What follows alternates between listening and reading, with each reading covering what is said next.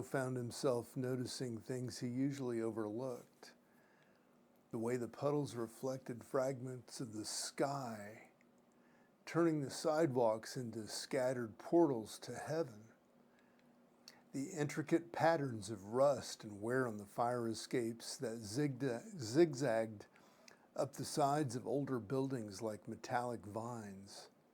The small garden that Mrs. Chen had somehow coaxed to life in the narrow strip of soil between her apartment building and the street. Tomatoes and basil somehow with the purple flowers that he'd never learned to name. The changes were subtle but persistent.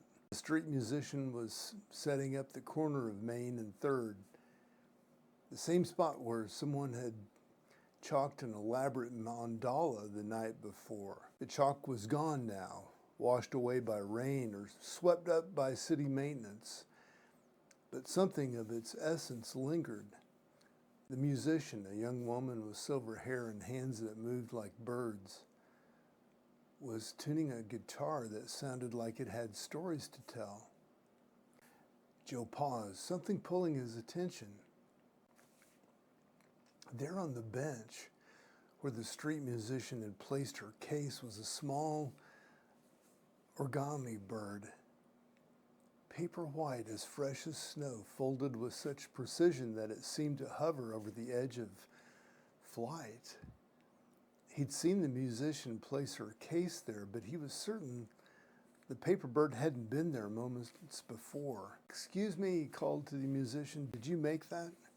She looked up from her tuning, following his gaze to the origami crane. Her eyes widened slightly and she shook her head. "No, but I'm glad it's there. It feels like a good omen." Joe nodded, though he wasn't sure why.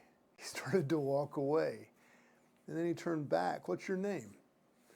"Maya," she said, offering a smile that seemed to hold more warmth than the morning sun. "Maya Celeste Nguyen." "Joe Martinez. I work at Meridian Cafe just down the street, down the block. Stop by later if you want. First coffee is on the house for anyone brave enough to make music on the street this early." "I might do that," Maya said, her fingers finding a chord that resonated through the morning air like a question mark made by the sound.